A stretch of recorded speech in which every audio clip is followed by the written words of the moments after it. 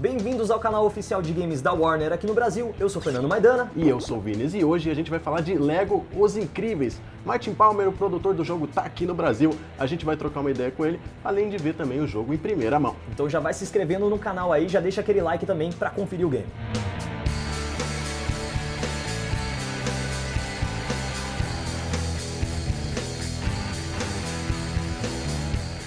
Hi Martin, how you doing? Hey, I'm great. I'm in Brazil. What's not to like? The LEGO games are known for have hundreds of playable characters, but the casting of the Incredibles is not that extensive.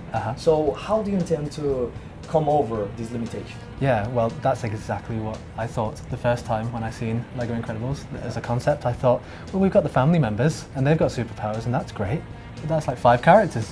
LEGO games have way over 100 characters.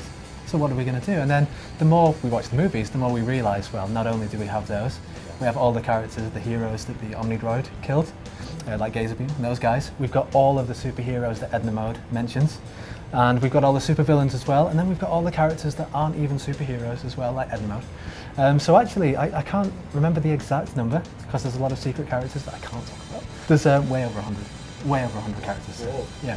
Well, you say something. Can we play with Edna Mode? You can absolutely play as Edna Mode. Oh my God. And obviously Edna Mode's character in the game, she is responsible for costumes and the way the superheroes look, so she's in charge of the customizer. And this would be an open world game set in the universe of the Incredibles. Yes. Will it be just like LEGO City Undercover with a live city with so many things happening at the same time, or will it be a different?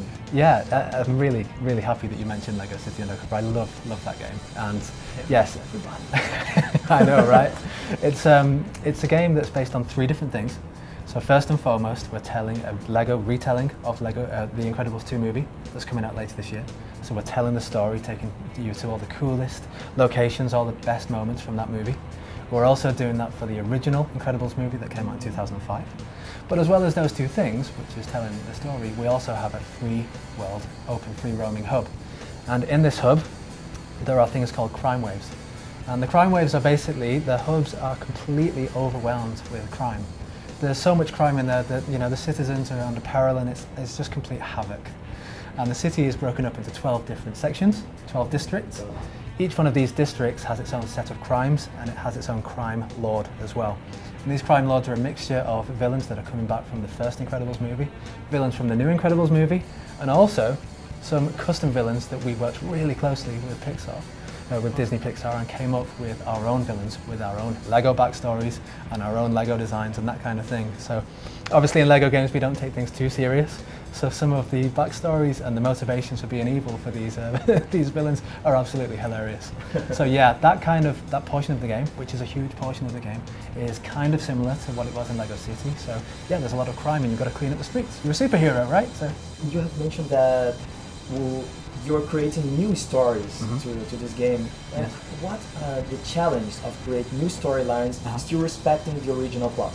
Obviously this is something we needed to work really closely with Disney Pixar with, and they were excellent to work with. We've got a great working relationship with them, and they were super cool in letting us go over there to the Pixar studios, and you know, we got to see how they make the movies, which is fantastic, and we got to see the content early. But we also went over there to see, well, this is kind of what we want to do with these backstories, this is what we want to do with these characters. How do you feel about it? How do you Pixarify that? You know, because we want it to be something that you really like as well. Because us and Pixar, we both try and do the same thing. We're making things that the family can enjoy together.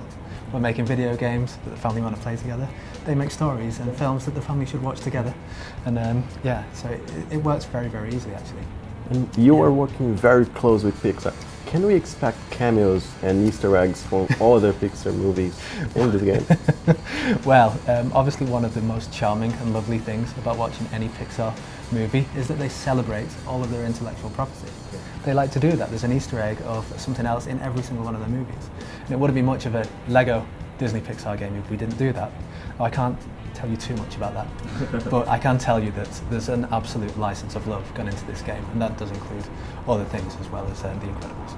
And about the game mechanics, LEGO Ninjago was a breakthrough on its own because it was a whole new generation of LEGO games and introduced a new combat system.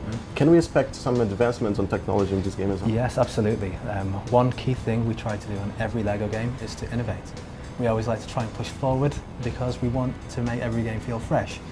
We don't want to change too much of the DNA because we know that kids love it and adults love it as well, and parents love playing with their kids. So we kind of keep the core stuff the same because the reception for that is always fantastic.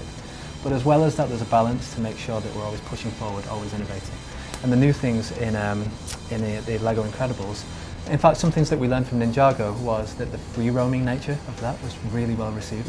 People liked the big, expansive environments in Ninjago, and they like the combat too, you're quite right. So we've made sure the combat is as good in LEGO Incredibles as it was in Ninjago. Playing as all the guys with different superpowers, you know, for example, Mr. Incredible's super strong, he can kill people really easily. Dash is super quick, so he can get loads of attacks in before anyone can hit him back. And you can choose who you want to play as, so that you can kind of match that up to your fighting style. You know, and you can choose a superhero with the powers that matches the way you want to play the game. Another thing we wanted to do to really push forward, rather than just say, you know, these guys are superheroes and these are the superpowers and these are the mechanics they have. In this game, you can combine your superpowers together to make brand new things, which is something we've never done before.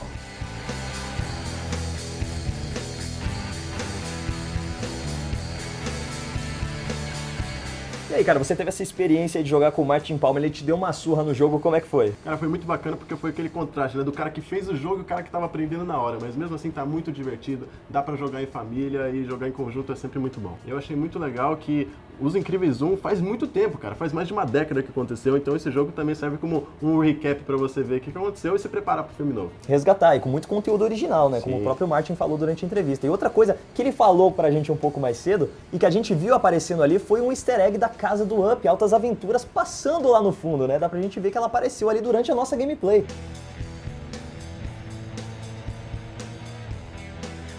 Mais uma vez, se você gostou desse vídeo, não se esquece de deixar o like aqui embaixo, se inscreve no canal e acompanha a WB Games nas redes sociais. É isso, pessoal, e até o próximo vídeo.